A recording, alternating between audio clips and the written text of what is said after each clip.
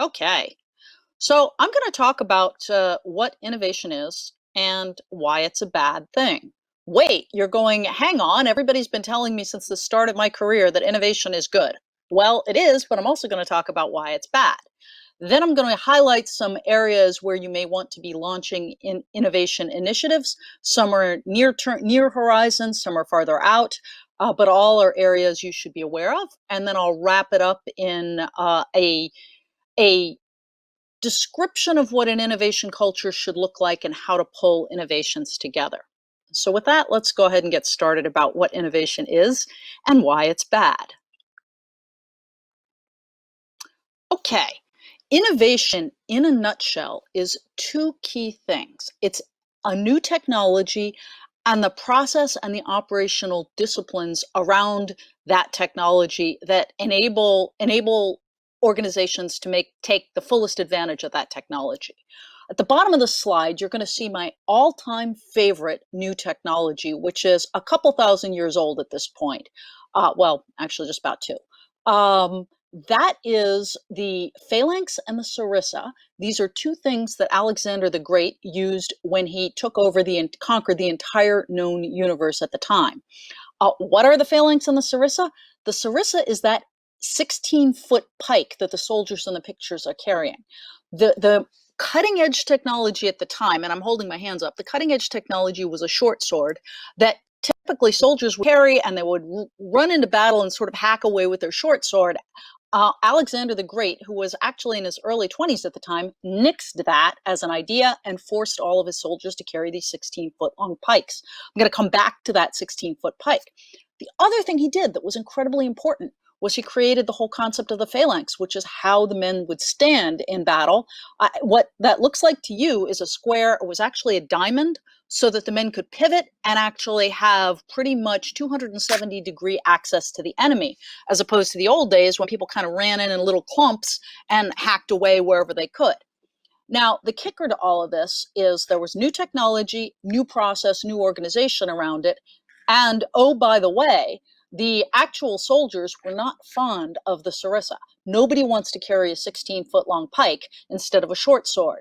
Alexander the Great didn't let them do anything but carry the pike because the pike was best for the organization. That ensured that the army would win wars. It wasn't about optimizing the experience for the user, i.e. the soldier.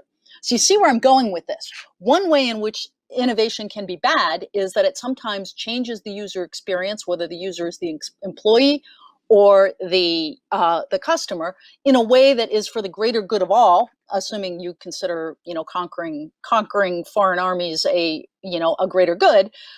And the problem is for the person involved, they may not like it particularly, but doing the thing that assists the enterprise in its greater goal is a key foundation of innovation. Now, on a little less martial topic, up in the upper left is my favorite current innovation, which happened in the 1950s. It's the shipping container and the twist lock, particularly the twist lock. Keith Tantlinger was the engineer who developed the twist lock for shipping containers. And again, the whole idea here is that shipping containers changed the way that people handled goods, because you could take the shipping containers, we all know, it comes off the ship, it goes onto a train, and the train cars are precisely sized to carry shipping containers, or they go onto trucks. What a surprise, truck beds are precisely sized to carry shipping containers. And they get transported beyond the ports. Of course, shipping containers can also be on shipping vessels where they are actually plugged in using that corner twist lock, which ensures that they stay stable in all but the most serious storms. Occasionally, once in a while, you hear about shipping containers falling off a ship, but that almost never happens.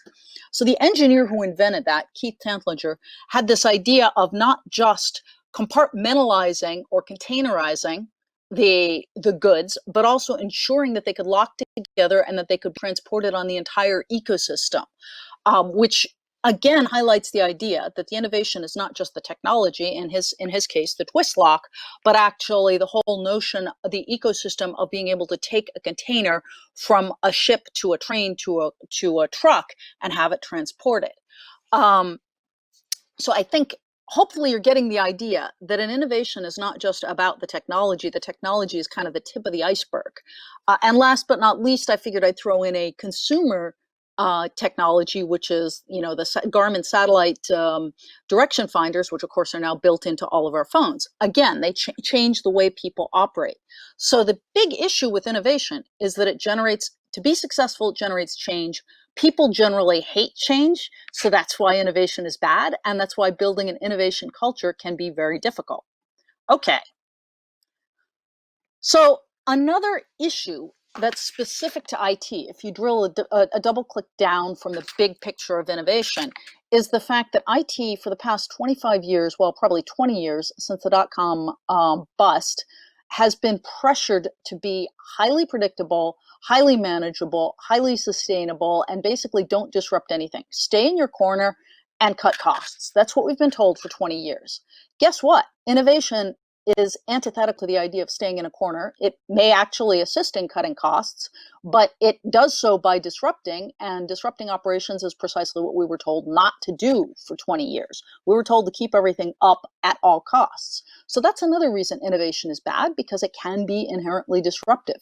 Usually things go down when changes are applied to the system, and innovation is a very big change. So from an IT perspective, many of us have been running scared of innovation for 20 years because, we could lose our jobs if we don't stay in the corner and do what we're told.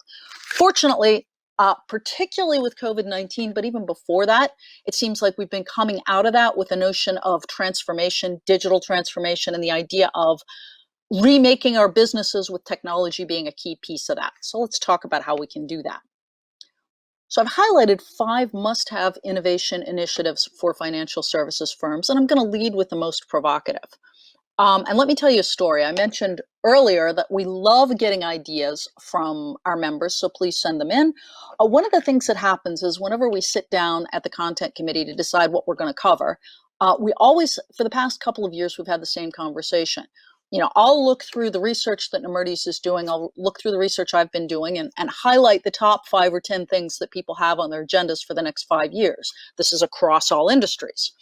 And inevitably, one of the top topics is IoT. So I'll say, hey guys, we should talk about IoT. And inevitably the answer comes back, Jana, we're financial firms. We really don't do much with IoT. That's for manufacturing companies and maybe healthcare or maybe logistics. We're financial. Well, guess what? This is why I really think it's an excellent idea for financial services firms to start thinking about IoT for 2020, 2021, and 2022. If you look at this, the top IoT use cases, and this is based on research that we conducted unsponsored that came out last month, so this is very new. The top IoT use cases are physical security, facilities monitoring, and customer engagement. There's also VR and AR, which is I'm going to come back to that. We got this stack ranking by asking folks what use cases they were currently deploying, and then just stack ranking them. I want to just highlight, though, that every financial services firm of which I'm aware has buildings. And one of the things that's happening as a result of COVID-19 is that companies are moving to fewer, smarter buildings. Smarter means they're getting instrumented. Instrumentation means IoT. So what are we talking about? Things like airlocks. So one of the ways it turns out that you can actually sanitize is using things like ultraviolet C. You can actually use this on people. It is harmless. It will not cause cancer. It will not cause cataracts, unlike other forms of ultraviolet, and it will kill bugs, including the coronavirus. People are also looking at electrostatic sanitization. And of course, we've all heard about contact tracing and contact tracking so that we can see where people are going inside buildings to see who they might have affected. So those are some of the, airlocks is one of the ways that you can have smarter buildings, but it's certainly not the only one. Other areas are older school things like security cameras, sensors, and monitors. And of course, things like biopassports, which indicate whether someone has actually been exposed to any kind of virus or pandemic, pandemic disease, because basically coronavirus may be the first, but it's certainly not going to be the last. Biopassports can be blockchain verified so that you can transport them. So essentially you can say things like, we're not letting you into this building because according to our data, you have actually been recently exposed. These are all things that we see happening in buildings today, and financial services firms who own or lease lots of buildings had better be thinking about instrumenting them and really upping their game when it comes to IoT. So that's item one. Item two is AI-based risk prediction. I'm not going to spend a lot of time on this because we have other presentations on this topic today, but I want to highlight the fact that AI is getting to the point now where it can be self-training. Actually, there were a couple of research papers that came out this summer that have wide-ranging and deep and profound implications for how AI is done, because now we've been able to break some of the bottlenecks, and training was one of the top bottlenecks for AI, to the point where AI can train itself and begin to do things that humans can't even do for it. That enables, in turn, things like precise future scenario development. Generative adversarial networks in GANs is another way of arriving at that. So one of the things you will be able to do in the not too distant future is ask AI what could happen and come away with an extremely accurate, precise, and detailed understanding of what could potentially happen. Now, I'm a cybersecurity person, so obviously there's implications within cybersecurity for that. But that's not the only area. Certainly, all financial services firms are in the business of risk mitigation to their customers, regardless of what type of risk you're talking about, whether it's insurance or whether it's investment banking or what have you. If you are able to use AI effectively in your risk prediction, you're going to compete more effectively in your core business. Third one I'm going to spend some time on because nobody else is talking about it today. That's quantum computing.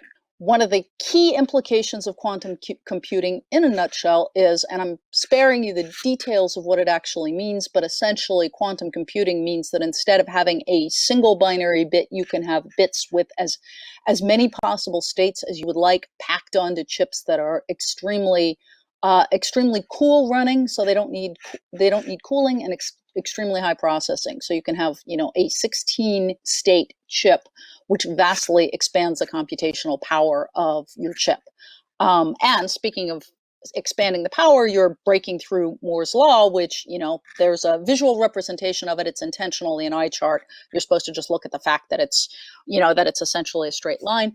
What we've seen is we're starting to stall out at Moore's law with current state-of-the-art, but quantum computing will give a long-lasting afterlife to Moore's law. In quantum entanglement, this is actually one of my favorite topics for someone who was a former particle physicist. Entanglement permits seeing where there's actually no light.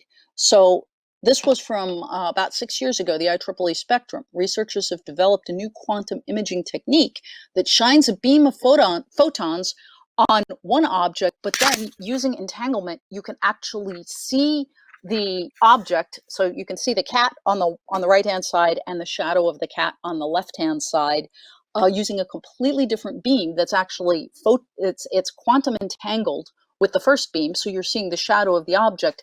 That is kind of amazing because you can use that for all sorts of things like space exploration or manufacturing in processes in ways that you never could have before. You may be wondering why there's a photo of a cute chick on top of the cat. That would be the scientist that did this. I'm just sort of pointing out that scientists don't necessarily always meet our stereotype of old guy in a lab coat. That is the scientist who first developed or actually first demonstrated, is the word I wanted, quantum entanglement. So the next implication of quantum computing is, many of us are aware of this, it can break many conventional cryptographic systems, including blockchain, because blockchain essentially relies on the concept that these systems can't be broken, but with an enormous horsepower increase in computational ability, you can actually break the crypto systems that are used in blockchain, but it can also create more secure systems as well. And speed up search algorithms by several orders of magnitude. So, we think we're doing really well when something comes along and we try to, we want to find out what the definition of something is and we quickly Google it. Those searches can be sped up by several orders of magnitude, which has deep implications for almost all of science, for example, because in a lot of cases, science is all about deciding which path to explore. And if you can make that decision on which path to explore much faster by speeding up search, you are going to increase the rate of change in all of scientific development, which is going to have a ripple effect across the board. And finally, simulation of complex physical systems can finally be improved. So we might actually have accurate weather prediction. So, the big storm Zeta that's moving through the country, I got up really early this morning to see if I was going to get hit by it. In fact, one of our presenters did get hit by it because the storm took a slight degree farther south than we thought it would. Well, guess what? It would have been nice to have known that last night because we could have made some changes. Okay. So those are 3 of the top areas of innovation. What about AR and VR, augmented reality and virtual reality? So we're already familiar with the concepts of avatars and how they can interact in virtual space. What you're seeing is the concept of avatars being extended from humans to systems. So you can have digital twins that can be either system clones or human clones. So for example, if I'm selling you a chip, the first thing you're going to want to see is my digital twin of the chip so that you can plug my digital twin chip into your digital twin motherboard design to see if the chip actually does what it's supposed to do and the form factor works and there are no unexpected heating or cooling issues with the chip. So in essence, instead of me selling you something physical and you plugging that physical thing into my physical system and running physical tests, you sell me the digital twin or share the digital twin. I take it and plug it into my model, run a bunch of simulated tests, discover some weaknesses, kick it back to you so that when the final item comes over, it's actually very thoroughly tested and ready to go. You can also have human digital twin clones. We all joke about how life would be different if we could clone ourselves. What if I had someone, you know how much Amazon knows about you, especially over the past couple of months. What if I could send my digital twin out to go buy some stuff on Amazon based on what it knows about me, and it came back with the stuff I actually wanted? That would actually be a very useful application of virtual reality. And there's also telerobots and cobots. So the idea of being able, we've all heard of and done working from home as knowledge workers. That's great. But when you start thinking about what could be happening, and I'll click to the next slide, for example, in fast food chains. So when you look at cobots are really kicking in for fast food and restaurant services. So the idea is that person who could be serving you your Whopper or your quarter pounder could in fact be a robot controlled by someone in their mom's basement, literally. That kind of change to business models is happening. And when I say business models, the idea of work from home workers who are actually service workers. Same thing for police officers, same thing for manufacturing folks. In fact, I was on a conference 2 weeks ago, and I was prepping for the conference. It was an online conference. I was prepping for the conference with the rest of the content folks, and we were talking about innovations we were going to talk about and this and that. And the person who was handling all the logistics was also on. And then they hopped off. I stayed with the logistics person to nail down a few last minute items. And she said, when you were talking about all that telerobotics and remote manufacturing, my husband's been running a manufacturing plant from our upstairs bedroom for the past 8 months. That's the kind of thing that you're starting to see. And finally, last but not least, you're seeing people instrument locations, zoos, tourist locations will know that AR and VR have arrived when a human being, an avatar, can be walking along the Louvre, for example, and the Jana avatar is walking along the Louvre and sees my friend Mark's avatar, and we're both in the same place in the same time, and we can enjoy the experience together virtually. That's the kind of thing that's looking to happen. Last but not least is the whole concept of a carbon economy. Regardless of what happens in the next election, we're seeing kind of an inexorable move towards reducing our carbon footprint and the move towards carbon neutrality and net negative carbon. That actually drives a lot of really interesting innovation. Many of you are familiar with the Tesla wall, which is the giant solar panel you can stick on your house for about $10,000. Personally, I'm waiting till that comes down about an order of magnitude, and then I'll stick one of those up. In the photo, you're seeing a balcony compost pile. Now, I do have a compost heap in my place out in the country. I'm not sure I'm crazy about having a balcony compost pile in the city, but most of my friends already do. So that's kind of this trend, and you'll see lots of interesting physical um, physical innovation as people push towards the carbon economy. So these are some ideas to get you thinking and to, basically stir up your mental juices for the rest of the day. The real question here is, in a financial services firm or in any other large organization, how do you actually make innovation happen? Well, the first thing is innovation never stops. It's also something that should be extended to every person in the company. So you start with locating and discovering all sorts of ideas. And there are lots of different ways to do that. You can have an idea, you can have an idea generating workshop. You can have brainstorming sessions. You can have an idea, a place that people can submit their ideas. Lots of different ways to do that. We work with clients often on doing that. Then you set up a long sequence. I say long, but you set up a sequence where you can take the most promising ideas, pilot them, measure their benefits, and see if they make it to the next level of production, so to speak. And again, this can actually be standardized and methodologized, so to speak. It's not something that has to be completely arcane. And you can do it without having a huge amount of process so that you're shutting down the innovation and imagination. And finally, you just deploy that at scale once you've found winnowed out the few ideas that for whom the time has come to deploy these things at scale and see real business benefits. So a couple of, again, this is an area that I'm more than happy to talk to anyone here on. This is something my company helps large organizations with on a regular basis. But some tips here: actively engage the line of business. So have a formal innovation governance program. Try to understand and familiarize yourselves with the current and future business requirements, and then put in place this kind of a structure. So you have a formal agile prototyping program. You offer opportunities to the business to invest small dollars at first, bigger dollars as the innovations prove themselves out, and then engage the business in defining kill triggers. At what point does an innovation initiative stop being a priority, at least for now? You want to sort of avoid the generation of technical debt in innovation. In other words, you don't want lots of little innovation projects that are really going nowhere, perking along and consuming resources. So develop kill triggers for when you say, that's it, you're not going to work for right now. We'll put you back on the shelf and we'll come back and revisit you.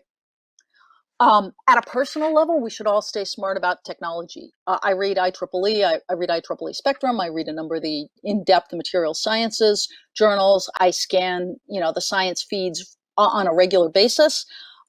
You should too, and you should also hire people who are passionate about technology and ideas, and talk to them, task them with staying current in key technology areas, and encourage them to do that. Fund a lab internally, and write reports or blogs or videos and webcasts for your internal clients or for your broader client base about new technologies. That's going to get eyeballs to whatever you're doing, and B, that's going to really keep those juices flowing, as we've talked about. And keep launching projects around new technologies and engaging the business. Last but not least, create an innovation culture. And we talk about this, and it is antithetical to the IT culture and the financial services culture. So it's a little bit, I'd say the financial services cultures for most financial firms. Equity firms and VCs may be a little different. But really, you've got to keep in mind that failure is acceptable as long as it's contained and it won't take down the organization. You've got to create kind of that chance favors the prepared mind. Keep preparing all your minds so that chance will favor you, and do recognize that you can teach and learn innovation. I have Julia Child here really for two reasons to illustrate. First, she was the first cook to, on a broad scale, bring the scientific methodology to her recipes. Anyone that follows a Julia Child's recipe exactly will get the results she got. Absolutely no question. I challenge anyone to this, because we know that she tried all the different iterations of various recipes and found out why they failed, and she will explain that to you, which is why her cookbooks are about this big, height-wise if they're laying on their side. But She also had the right attitude, as those of us who have watched her shows can talk about.